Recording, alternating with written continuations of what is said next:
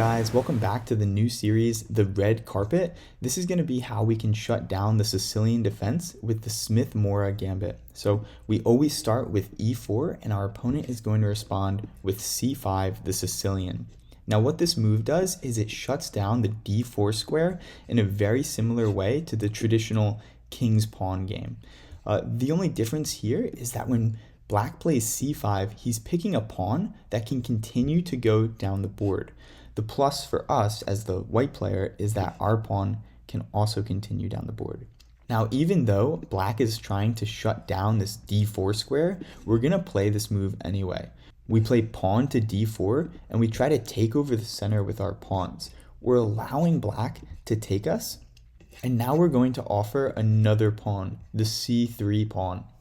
We don't want to take this pawn with our queen because now our opponent plays knight to c6 and now we're kind of on the back foot. So to keep the initiative, we're going to offer another pawn, and once Black takes, we're going to take back with our knight. So now this is the starting position of the Smith Morra Gambit, and before we look at specific lines, let's just look at the general development and where our pieces usually want to go.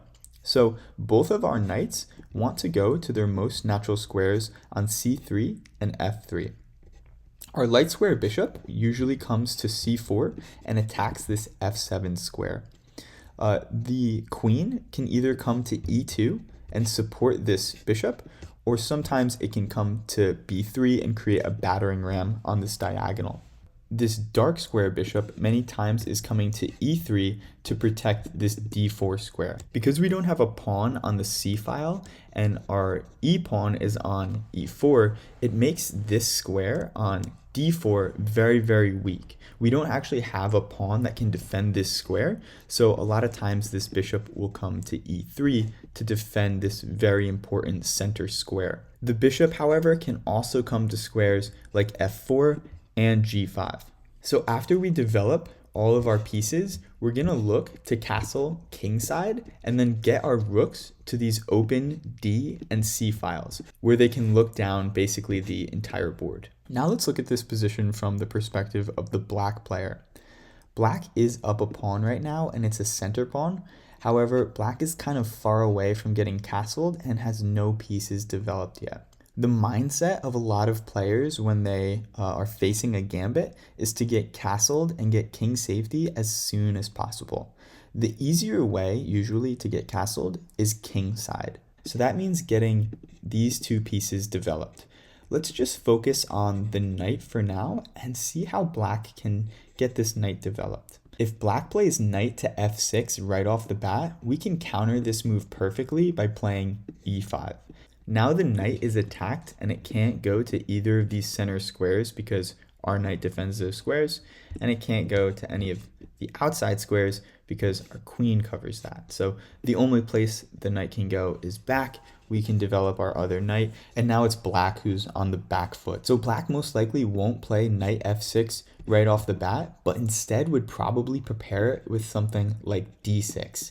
Black plays d6 trying to cover this e5 square. Instead of bringing out our other knight right now, we're going to play bishop to c4. What we're doing with this bishop to c4 move is attacking this f7 pawn. The f pawn is always the weakest pawn on the board because it's the only pawn that is only defended by the king. All these other pawns are defended by pieces, but this lone f pawn is only protected by the king. We're using tactics here to prevent this knight from coming out. If Black wanted to play knight to f6 right now, we could still hit this knight. Now there's a great trap here that even really high-rated players fall into. Black can't take this pawn on e5 because he'll lose the game immediately to bishop takes f7. The king takes our bishop, we take Black's queen, and we should easily win a game from a position like this. So if we go back and we play e5, let's look at some other ways that Black can respond to a move like this. Instead of taking our pawn, Black can opt to go to one of two escape squares. Let's look at knight to d7 first. When Black plays this move, he's fully enveloping his king so that when we play bishop takes f7, the king is completely trapped and has to take our bishop. This allows us to push e6, fork the king, fork the knight, and hopefully get our piece back. If black goes back to g8 or e8, we can just take this knight, get our piece back, be down a pawn, but also have the ability to castle and have a much better position. But let's look at if the king takes this pawn in the center of the board. This is a huge risk, but black is essentially saying, I'm up a pawn and a piece. How can you checkmate me in a position like this? So now this move is going to be the centerpiece of this video. How can we now roll out the red carpet on our opponent and essentially checkmate them before they have a chance to run away? So the first move that we're going to play here is queen to b3.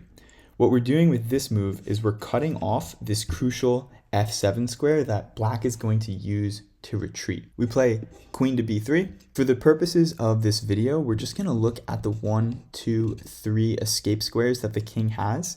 Let's start with the most common and natural looking move, king to f6. Whenever we see this move, we're going to throw our knight into the center of the board on d5 and hopefully set up some discovered attacks if the king tries to run away. Let's say the king goes to f7, we can just park our knight on c7 with a discovered attack.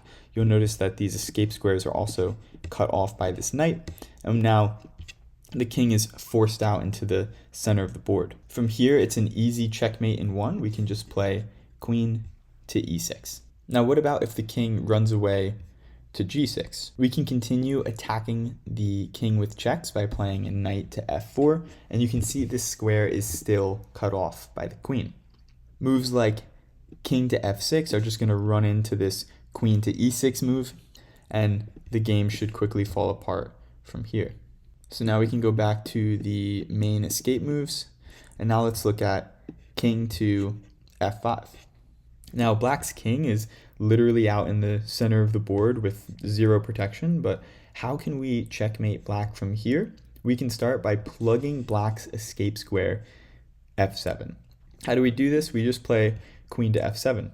If black tries to sidestep the queen, he gets mated immediately, so black will most likely block with a knight. Now we can just play moves like h3, preparing g4, and it looks like it's going to be lights out for black. Let's say we play h3 and black tries to block with h5. We can just continue on with our plan, and when black takes with the king, it should be an easy lights out after queen to g6. If we go back, there's just one more escape square for the king, and that's king to e5.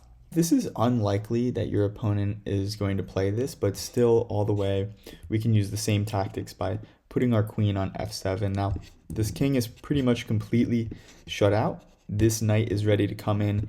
Black can try the same defense of defending with his knight, but now once we develop our knight, this should be an easy win for white using these same tactics that were used in the last position. But the only difference here now is that when we trade pawns and play queen to g6, we're just going to be losing a knight. Doesn't really matter though, because we'll have an immediate checkmate. So that is the red carpet for this bishop sacrifice. So we looked at pawn takes pawn here. We know that this is a bad move because of the bishop sacrifice. And we just looked at knight to d7. So let's look at the last normal looking move, knight to g4. Obviously this move is now attacking our pawn, and we can't just take this knight because it's defended by black's bishop. So we see that our pawn is in trouble. We're just going to continue to push it down the board to e6. When we play e6, we now cut off this bishop's defense of this knight. So black can't take this pawn with the bishop because he'll just lose a piece, and black can't take with the pawn either because he'll still lose his piece. So there's really only one move for black to play here, and it's a counterattack in the center, knight to e5. Obviously now black is attacking our bishop, and he's also defending his f7 pawn. So what we can do is save our bishop by putting a check on black, and the most common response we'll get is something like knight blocking this check. We want to take this f7 pawn and ruin black's structure, but we don't want to do it just yet. If we did it right now, this knight can go back, and pretty soon black will somehow try to find a way to castle and just be up a pawn. So how do we stop this? We're first going to play f4 and kick this knight away. Let's say the knight goes somewhere like g6. Now we can take this pawn, the king can take back, we can develop our knight to its most natural square, and on the next move we can get castled. So now we can go back to the main starting position and review a little bit of what we saw before. We know that black can't just develop his knight to f6 because we'll attack it with e5, right?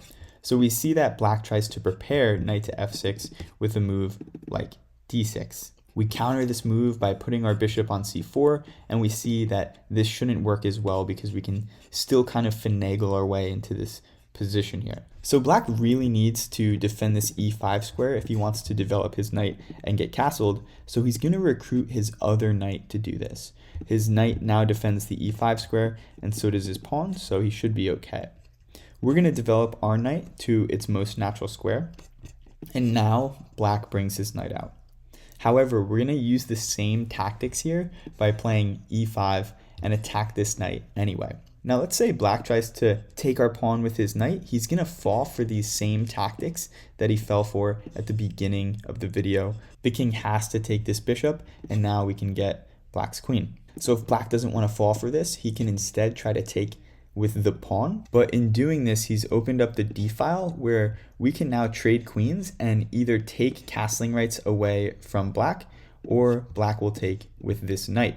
When black takes with the knight, trying to hold on to his ability to castle, we don't get greedy and go after this pawn. Instead, we're going to play knight to b5 and look to fork black on the next move. Black really has no good way to defend this square, and if he tried to defend it with the king, now we can take this pawn. The only place black can go is back, and he'll get checkmated immediately. So the best way to go about this position is to just move the rook out of the way, accept the loss of castling rights, move your king to the only available square, and when we go back and defend our knight, black can just try to play from a position like this.